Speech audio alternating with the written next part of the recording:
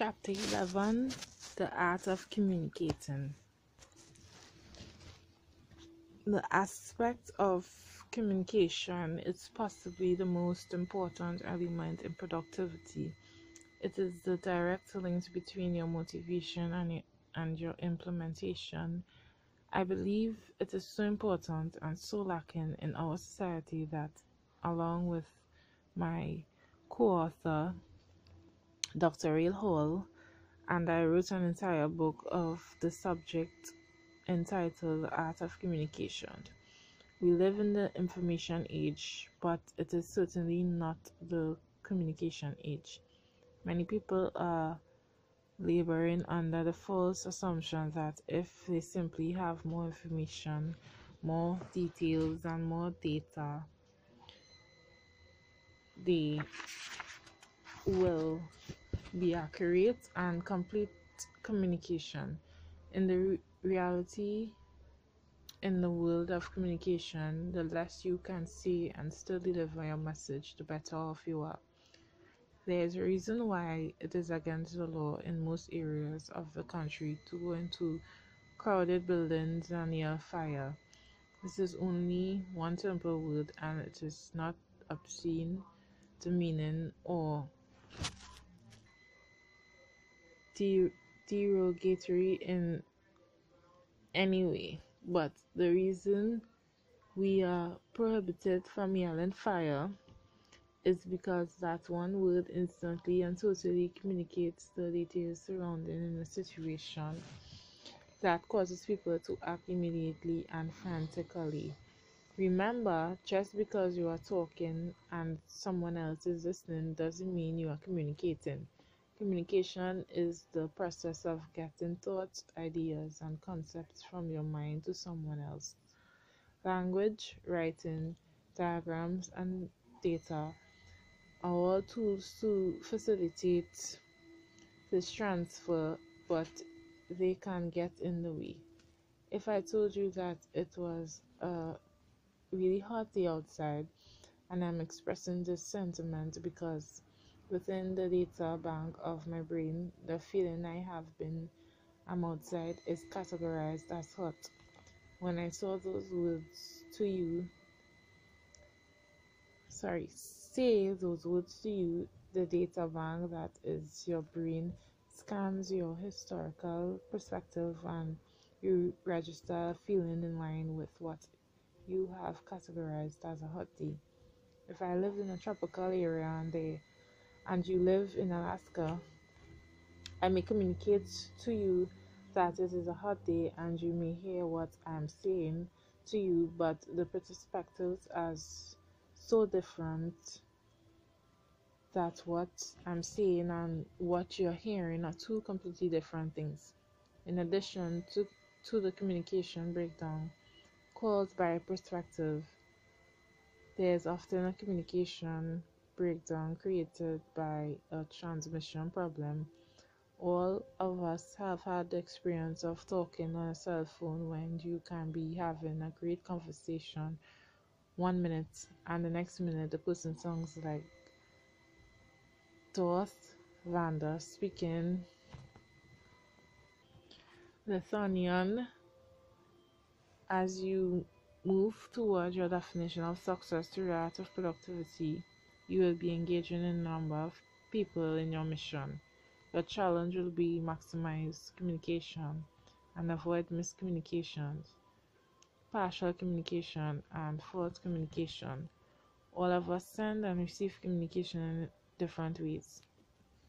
Each of us has a method or system where we excel in communicating, and we all have areas where we are poor communicators. In the course of my business, I travel extensively each year. This puts me in and out of many hotels across the country and around the world. As a blind person, this can be challenging in that all hotel rooms are set up differently. So in each city, I have a new environment to learn. Each time when I return to my hotel room, I generally call the front desk to see if I have any messages. This usually works well. However, while staying in one particular hotel, the operator answered my inquiry about messages by letting me know that if I had any messages, the light on my phone would blink in. I let her know that as I am totally blind, the blinking light was not effective for me. Then she showed initiative, if not thought or judgment, from the point on when I received the phone messages. Instead of activating the blinking light on my phone, she wrote the message on slips of paper and had the bellman slide them under my door. Just as a totally blind person can't tell whether a light on a phone is blinking, they can't read messages slips that had been slid under their door. She went to a considerable amount of extra effort and energy to communicate with me and elicited the services of the bellman to repeatedly run messages slipped up to my room, but in the final analysis, we weren't any closer to communicating than we had been before. As dangerous as it is to not communicate, it can be even more dangerous when you think you have communicated accurately, but the message has either not been received or received in a manner other than you intended. You've probably heard it said that there's no such thing as a dumb question. I basically agree with this premise. However, if they are dumb question, it would be, do you understand? Everyone who misunderstands believes they have received the communication clearly and will answer the question in the affirmative, even though you have failed to communicate your message and possibly communicated an opposite message from the one you intended. The bigger your personal vision of success may be, the more people you will need to communicate with.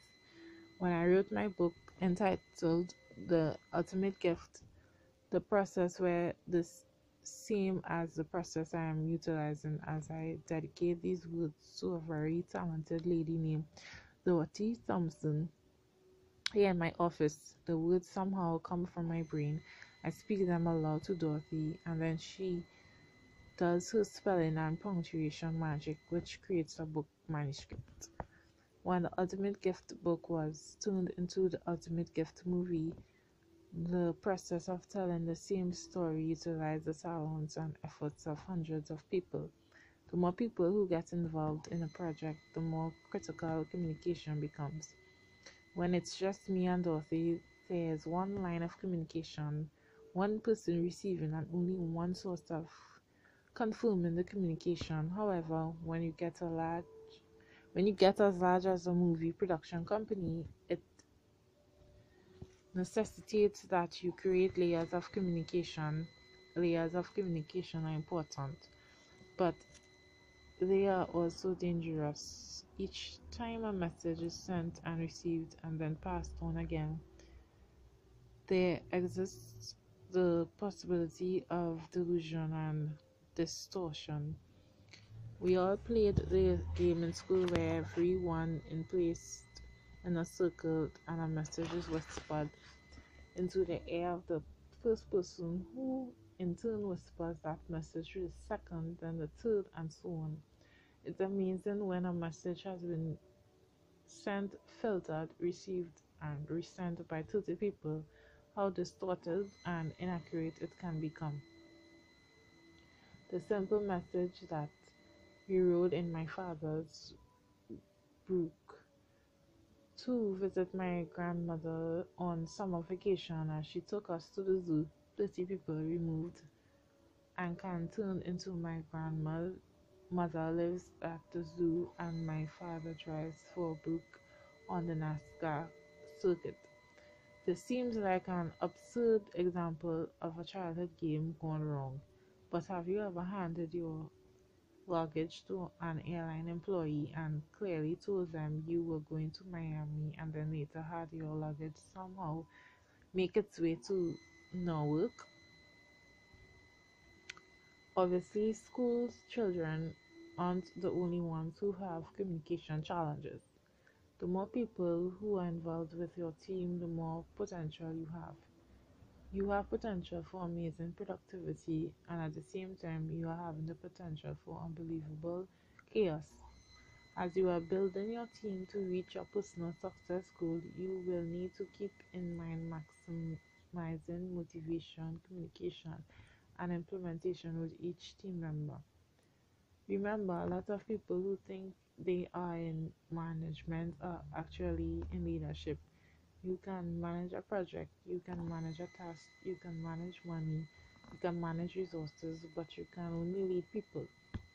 People must be motivated. They must send and receive communication, and then they are able to implement missions that will result in reaching your definition of success. Great managers are those who can attract, attract and retain great people. These leaders understand that everyone on the team is different and you have to communicate with each of them in different ways. Let's assume your family is preparing for the possibility of a bad storm. You may collect drinking water, flashlights, transistors, radios, and all manner of items calculated to help you should a storm hit your area. Once you get together all of the supplies and tools you need, you have to communicate with each member of the family where they are to go in case of a storm. The spouse may be 43 years old, and communicating with them is as simple as saying, "If we had a bad storm, let's meet in the basement." A message has been sent and received, and you have a high likelihood of success.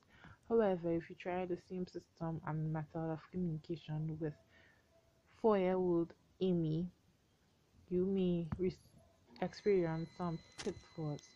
Amy may or may not understand exactly what a storm is or how she can tell if one is occurring. She may not be able to determine the difference between a serious storm and a spring rain. She may or may not remember in a crisis situation where the basement is. However, she should get there and how to unlatch and open the basement door. Furthermore, if there is any more time elapsed than 20 or 30 minutes from the point you gave Amy your instructions until the storm, she may have forgotten your communications entirely. Amy may be further confused as she tries to differentiate your storm instructions with the fire instructions she received earlier, which told her to get out of the house and meet at the lamppost on the corner. Without accurate, constant, and complete communication, Amy may be in peril because during a storm she is standing on the street corner, or during a fire she is hurrying toward the basement. Lack of communication can be inconvenient, frustrating, and aggravating, but it can also be costly, dangerous, and devastating. One of the greatest challenges amongst leaders who have the task of communicating the elements of mission with a team striving for success is to determine how much of the big picture should be communicated. For many years in the corporate world, the thinking has been to only tell people as much as they need to know to perform the immediate tasks before them. I feel this is ineffective and unproductive, if not completely dangerous. Communication is the link between motivation and implementation.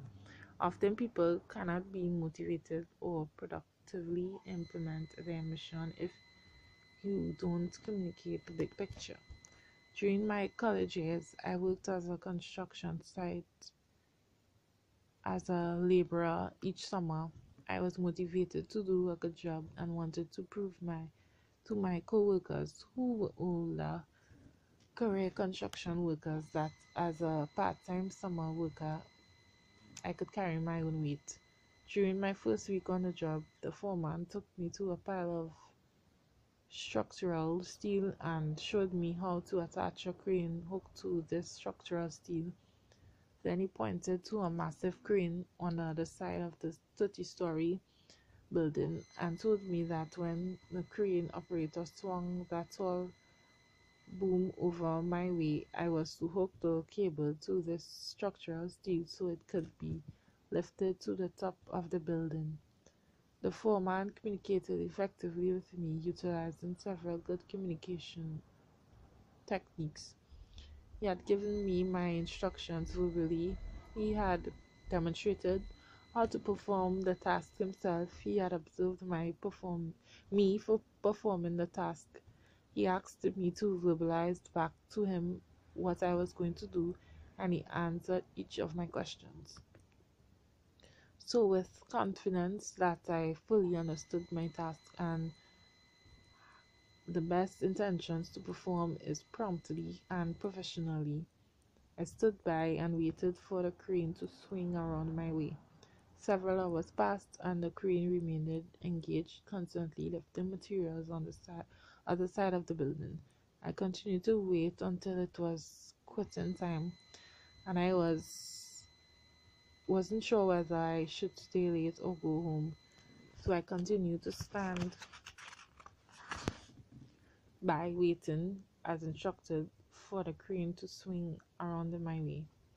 Finally, it got dark and the crane shut down for the night, so I went home. Next morning, I resumed my position next to the structure, still waiting just as I had been told for the crane to swing into position. The waiting went on for a second day and the third. Finally, on the morning of the fourth day, I was frustrated, confused, and angry. I confronted my foreman and asked, "Do you want me to work here or not?" I went on, "I've been waiting here day after day, trying to do what you told me, and I'm just wasting the company's time and money." Then the foreman communicated the big picture. He told me that the crane cost many thousands of dollars each day to operate, and I cost virtually nothing in comparison to the crane. Therefore, if I had to wait days or even weeks, it wasn't a problem. The only problem would be if the crane swung around my way